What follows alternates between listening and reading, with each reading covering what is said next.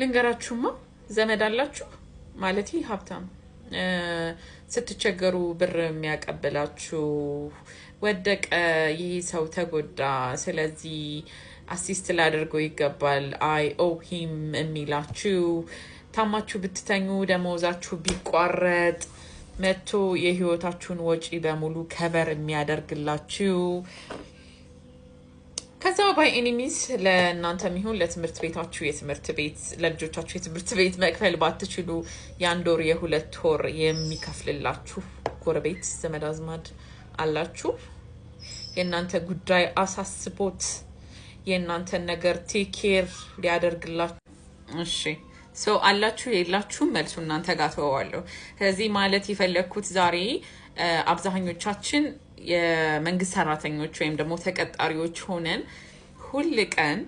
ሁል ጊዜ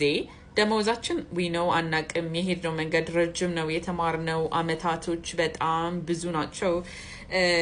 ከዛ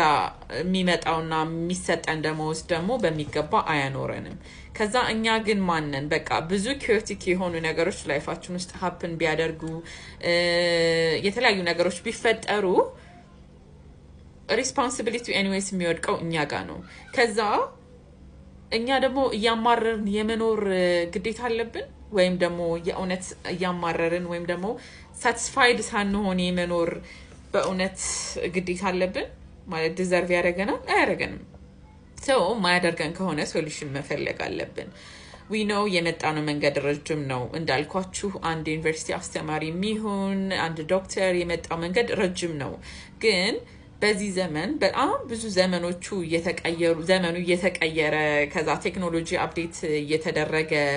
ከዛ የሰው ፈንክሽናሊቲ የሰው ኢንተለጀንስ የሰው ነገር የቱ ጋር ነው የሚያስፈልገው የሚባለው ነገር ራሱ በጣም መስመር እየያዘ በመጣበት ዘመን do you think ለሶሳይቲ ነው መኖር ያለብን ኦር ለጌታችን ታማኝ ሰዎች ሆነን ለራሳችንም ለህሊናችንም ታማኝና ደስተኛ ሰዎች ሆነን ሳናማርር አመስጋኞች grateful ሆነን ላይፍን ብንገፋው አይገባንም ብላችሁ ነው የምታምኑት ይገባናል ካላችሁ እንዴትና ለምን በተለይ ደግሞ ደሞዝተኛ ናችሁ በተለይ ደግሞ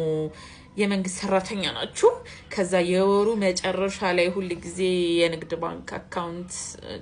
አፕሊኬሽን ደሞዝ የገባህ አልገባህ ቼክ በማድረግ ጊዜያችሁን እና ይወጣችሁን ነው እንደዛ ነው በቃ እንደዛ ከሆነ አሁን እኔ I have a challenge for all